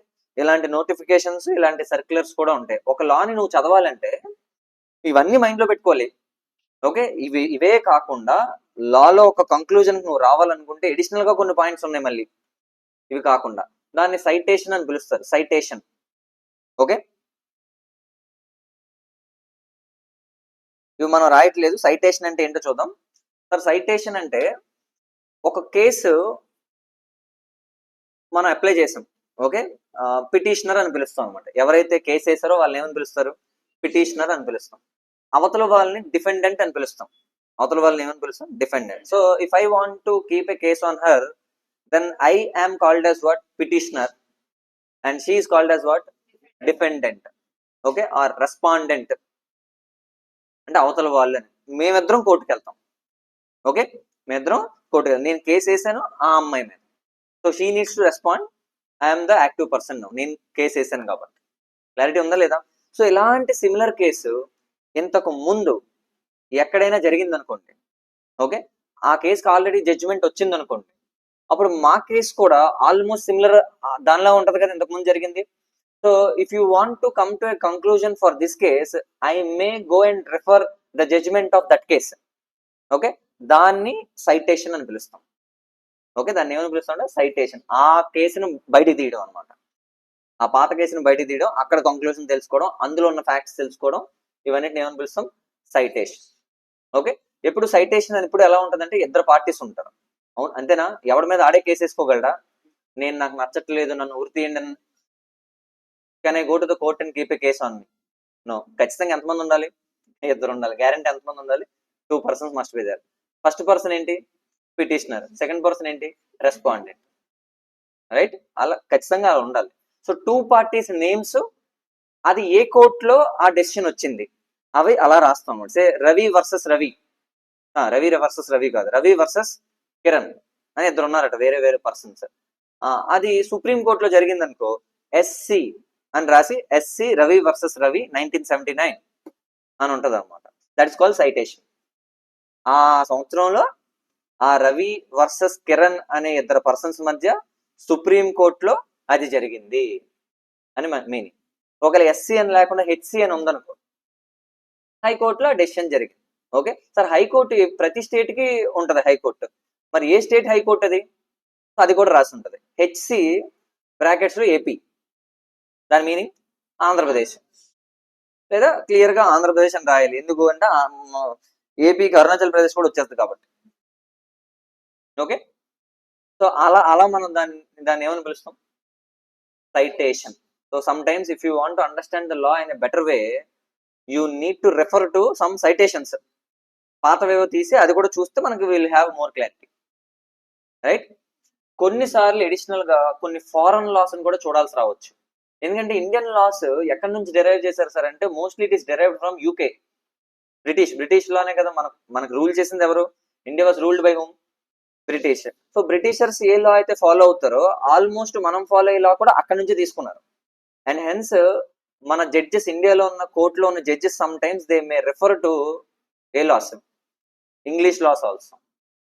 సో ఒక కేసు గురించి పూర్తి అవగాహన నీకు రావాలంటే you may also refer what, foreign laws also అవసరం అయితే. So all these things put together మీరు you need to read and then you can come to a conclusion. Clarity ఉందా? లాని ఎలా చదవాలనేది. ఇగో ఇవన్నీ చదవాలి, ఇవన్నీ చదివి దాంతోపాటు అడిషనల్ ఇప్పుడు 2 పాయింట్లు చెప్పాను. ఏంటవి? సైటేషన్స్, నెక్స్ట్ ఇంకేం చెప్పాను ఇప్పుడే, ఫారెన్ లాస్, అవి కూడా చదవాల్సి రావచ్చు. నోటిఫికేషన్స్, సార్ కొత్త కొత్త పదాలు చాలా నేర్చుకున్నాం ఈరోజు. ఏంటి కొత్త కొత్త పదాలు అంటే, లా, యాక్ట్, ఇంకా అంతకన్నా ముందు బిల్లు, అంతకన్నా ముందు draft, bill, passing of bill, act, ordinance, amendments act, దాని తర్వాత స్ట్రక్చర్ ఆఫ్ లాలో మళ్ళీ act, preamble, chapters, parts, section, sub section, clause, sub clause, proviso number 1, 2, 3, provide that, further provide that, also provide that, next explanation, తర్వాత notification, circular. Okay, notification, circular. తర్వాత ఇప్పుడే చూసాం foreign laws కొన్ని ఉంటాయి. ఏం రాసినది ఫారెన్ లాస్ అని, citation ఎలా బోల్డ్ వచ్చాయి. Okay, so this is the story.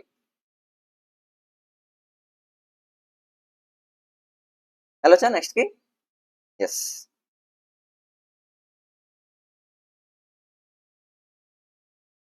Careful వినండి.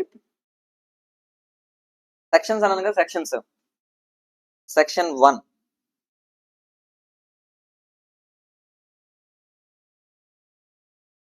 Section 1.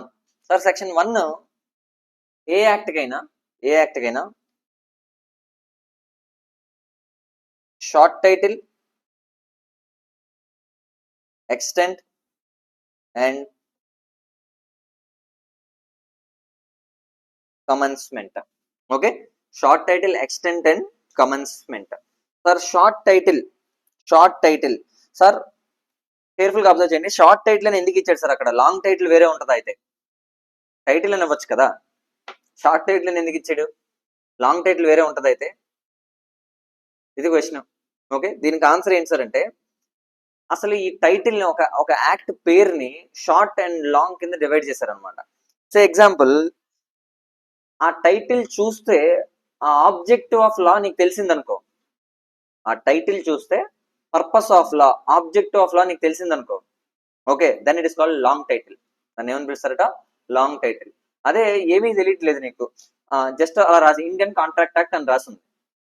Okay, Indian contract act, ఇందులో ఆబ్జెక్టివ్ ఏం లేదు, అందులో ఆబ్జెక్టివ్ మనకి అందులో కనిపించట్లేదు, దాన్ని మనం షార్ట్ టైటిల్ అని పిలుస్తాం. కంపెనీస్ యాక్ట్ 2013, ఓకే, అందులో ఆబ్జెక్టివ్ ఏం లేదు. వేరే payment of bonus act, payment of bonus act. ఇందులో ఆబ్జెక్టివ్ ఉంది. What is objective? పేమెంట్. అంటే బోనస్ పే చెయ్యాలి, అదే objective. This is called as long title. Okay, అంటే ఒక టైటిల్ చూసి మనం ఏం చెప్పొచ్చు, short title, long title, you will come to know. Okay, now section 1 లో ఏముంటుందట, short title, extent and commencement. Short title, extent and commencement. well let me take one small example. Okay, మనం Indian contract act example తీసుకొని we will see. Okay, short title ఏంటి sir? Indian contract act, Indian contract act, ఇది short title. ఏ year లో వచ్చింది? 1872. Sir extent అంటే దాని meaning ఏంటి సార్ అంటే అప్లికబిలిటీ. ఎక్స్టెంట్ పేరేంటి? అప్లికబిలిటీ. సార్ అప్లికబిలిటీ అంటే ఈ యాక్ట్ ఎక్కడెక్కడ అప్లై అవుతుంది?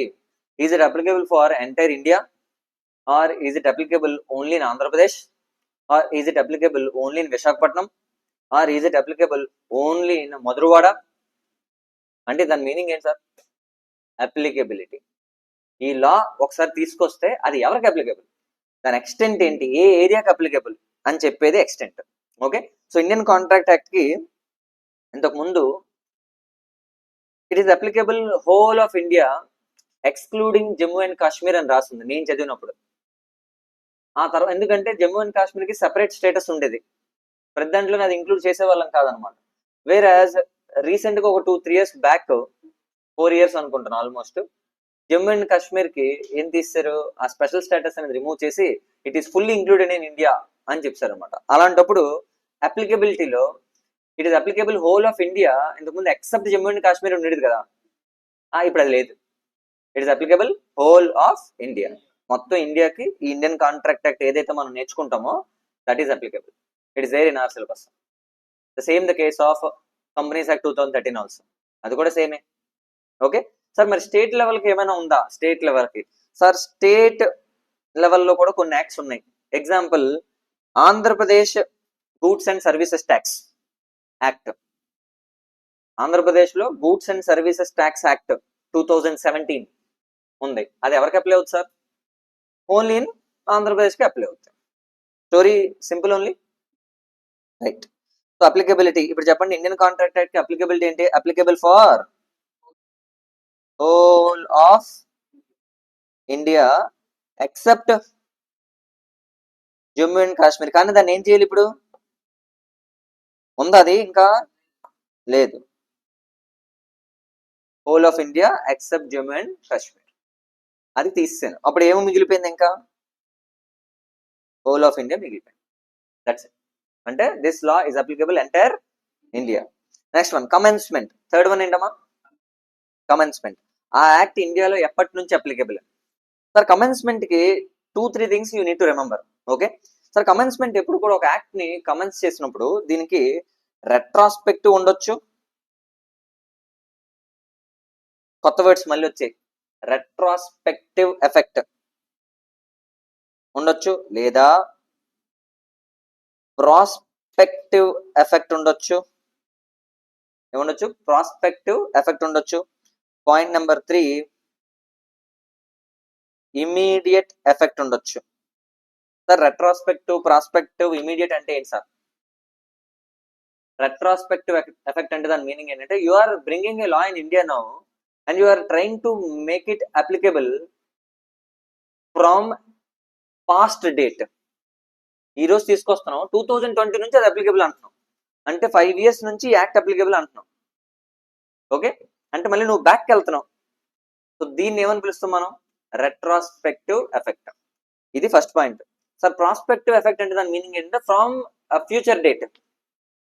ఈ రోజు తీసుకుని వస్తున్నాం, it is applicable from April 1st, prospective date. Immediate effect అంటే ఏంటి? ఈ రోజు తీసుకొస్తున్నాం, ఓజీలో పబ్లికేషన్ చేసి immediately it is in effect. Sir prospective, retrospective, last one ఏంటి? Immediate effect. సార్ రెట్రాస్పెక్టివ్ అంటే ఏంటి సార్? రెట్రాస్పెక్టివ్ అంటే the act will come into the force from a past date. Prospective అంటే ఫ్యూచర్ డేట్. ఇమీడియట్ అంటే immediate, right.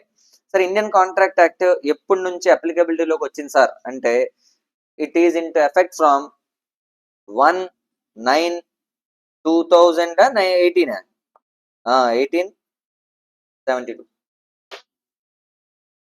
1872. So this is section number 1. Section number 1 story ఇది. Sir ఏ act కైనా ఇలాగే ఉంటుంది. ఏ act కైనా section number 1 ఏముంటుంది? Short title, extend and commencement. Easy only. Nice.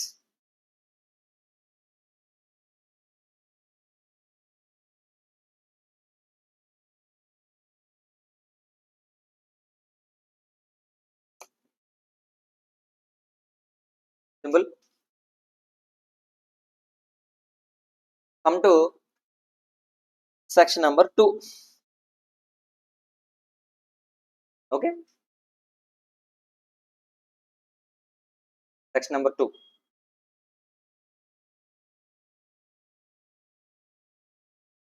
Section number 2 contains what? Definitions ఉంటాయి. section number 2 లో definitions ఉంటాయి. Okay, definitions. ఒక యాక్ట్ లో మనకు అర్థం కాని వర్డ్స్ ఏమైనా ఉన్నాయనుకోండి. ఓకే, ఇప్పుడు ఇండియన్ కాంట్రాక్ట్ యాక్ట్ అన్నాం. వాట్ ఈస్ కాంట్రాక్ట్ తెలియదు. ఆ కాంట్రాక్ట్ డెఫినేషన్ ఉంటుంది. గట్టిగా మాట్లాడేది కొన్ని యాక్ట్స్ లో ఇండియా డెఫినేషన్ ఉంటుంది. కొన్ని యాక్ట్స్ లో ఏముంటుంది? వాట్ ఈస్ ఇండియా, ఇండియా అంటే ఏంటో ఉంటుంది. ఇన్కమ్ ట్యాక్స్ యాక్ట్ కానీ, అదే జిఎస్టీలో, సిజిఎస్టీలో కానీ, కస్టమ్స్లో కానీ. కస్టమ్స్ అనేది యాక్ట్ ఒకటి ఉంది. ఆ యాక్ట్ దేనికి పనికి వస్తుంది సార్ అంటే, when goods are exported from India or imported to India అని ఉంది కదా, అప్పుడు కస్టమ్స్ అనే ఒక ట్యాక్స్ కట్టాలి. కస్టమ్స్ డ్యూటీ పే చేయాలి. Goods are exported or goods are imported, okay, from India. Sir export, when can you call something as export? Export from India అని ఎప్పుడన్నా వచ్చంటే ఫస్ట్ నీకు ఇండియా డెఫినేషన్ తెలిసింది అనుకో, అప్పుడు కదా అది ఇండియా దాటి వెళ్ళిందో ఆర్ ఇండియా లోపలికి వస్తుందో తెలుస్తుంది. అందుకే ఇండియా డిఫైన్ చేశారు అక్కడ. ఓకే సార్, మీకు నాకు డౌట్ సార్,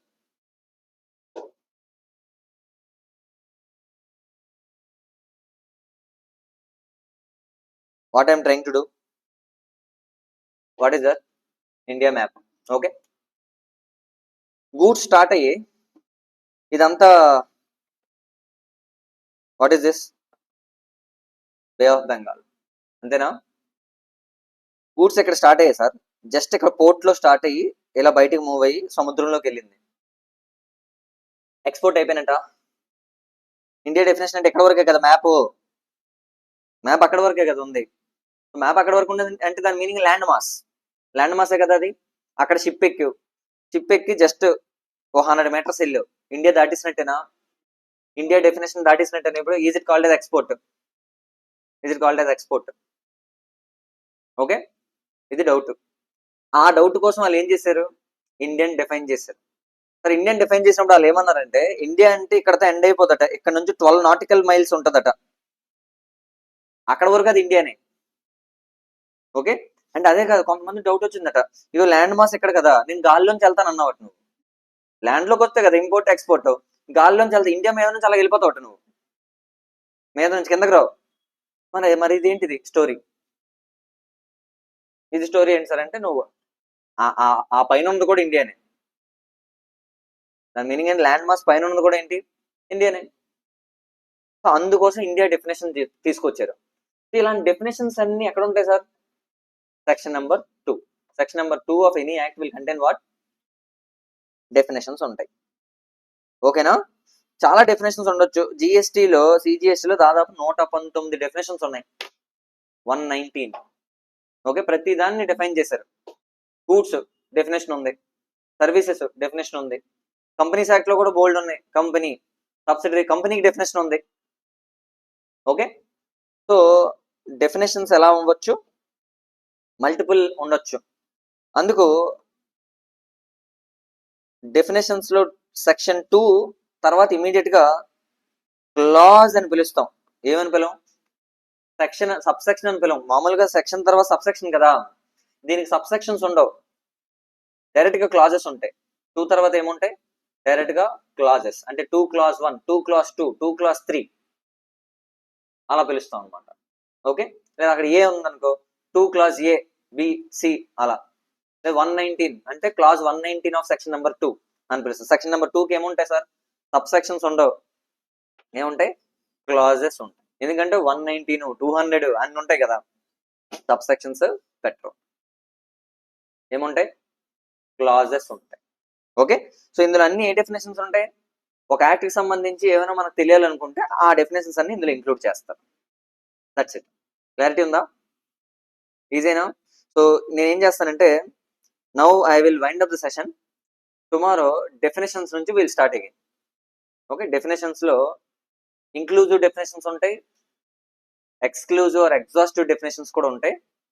ఆ డెఫినేషన్స్ నుంచి we will begin and we will directly jump into Indian contract act syllabus లోకి మనం వెళ్ళిపోతాం. Completely we will jump into Indian contract act from tomorrow onwards, right? Okay, fine. Is there any doubt?